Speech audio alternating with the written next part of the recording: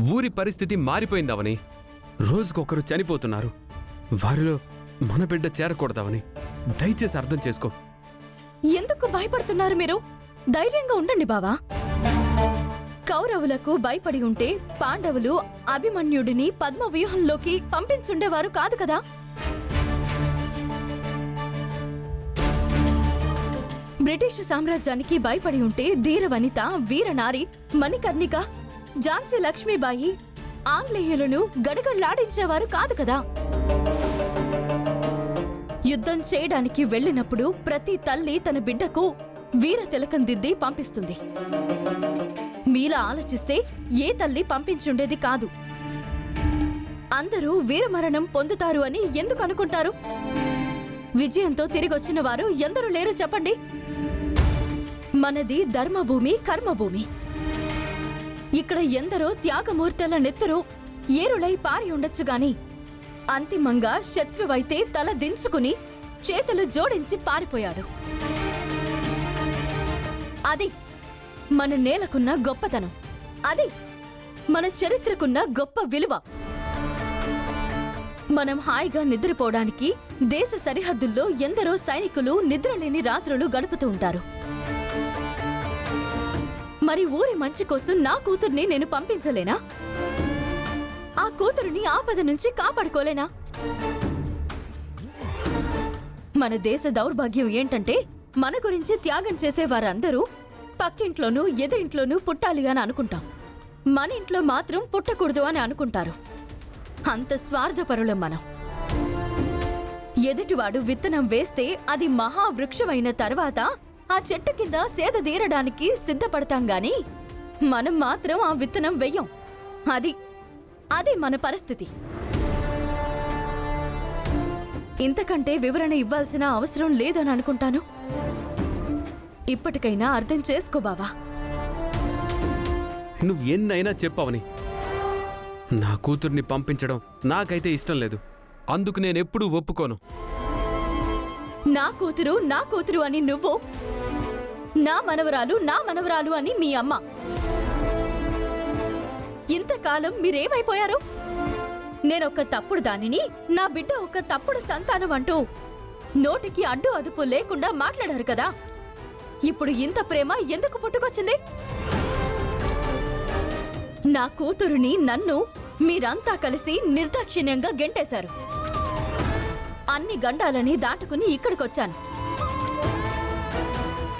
అన్ని కష్టాలని దాటుకుని నా బిడ్డని కాపాడుకున్నాను. ఇప్పుడు కూడా అలాగే కాపాడుకుంటాను.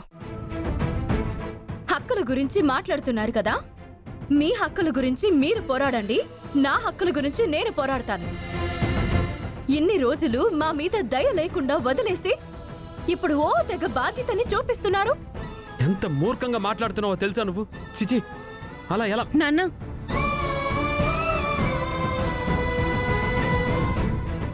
అమ్మని అర్థం చేసుకోనన్నా, అసహ్యించుకోకు. అయితే ఈ నాన్న బాధ మీ అమ్మకు అర్థమయ్యేలా చెప్పుకో. కనీసం నీ మాటైనా వింటుందేమో.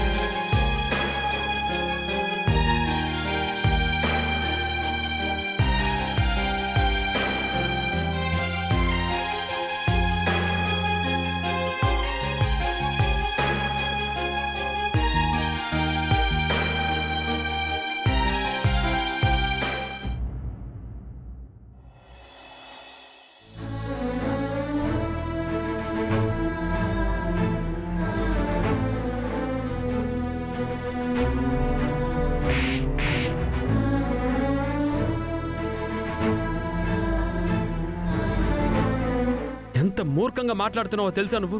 చిచి, ఈ నాన్న బాధ మీ అమ్మకు అర్థమయ్యేలా చెప్పుకో. కనీసం నీ మాటైనా వింటుందేమో.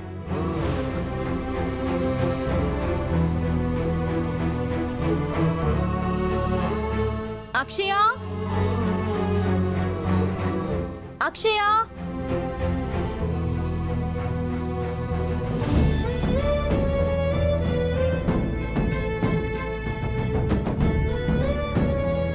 అక్షయ, ఏంటమ్మా? భోజనం చేద్దువురా. అస్సలు ఆకలిగా లేదమ్మా. ఏం ఆలోచిస్తున్నావు నువ్వు? మీరిద్దరూ కలిసిపోయారని, నానమ్మ మనసు కూడా మారిపోయిందని సంతోషపడుతున్న సమయంలో గొడవలు మొదలయ్యాయి. దీనికి పరిష్కారం ఏంటా? మీరెప్పుడు ఆనందంగా ఉంటారా అని ఆలోచిస్తున్నాను. ఏం ఆలోచిస్తున్నావో చెప్పమ్మా. ఏం లేదమ్మా. అక్షయ, ఇంట్లో అందరూ ఒకవైపు ఉన్నారు, నేనొక వైపు ఉన్నాను. ఇంట్లో వాళ్ళ ఆలోచనకి భిన్నంగా నేను ప్రవర్తిస్తున్నాను. ఇప్పుడు నువ్విలా దీర్ఘంగా ఆలోచించుకుంటూ ఉండడం వలన నేనేదైనా తప్పు చేస్తున్నానా అని మనసులో ఏదో ఒక మూల అనిపిస్తుంది. ఎందుకలా అనుకుంటున్నావమ్మా? ఎందుకంటే ఊరికి మాటిచ్చే ముందు నిన్ను కూడా ఒక మాట అడగాల్సింది. నీ అంగీకారం తెలపకుండా నేను నిర్ణయం తీసుకోవడం కరెక్ట్ కాదు కదా.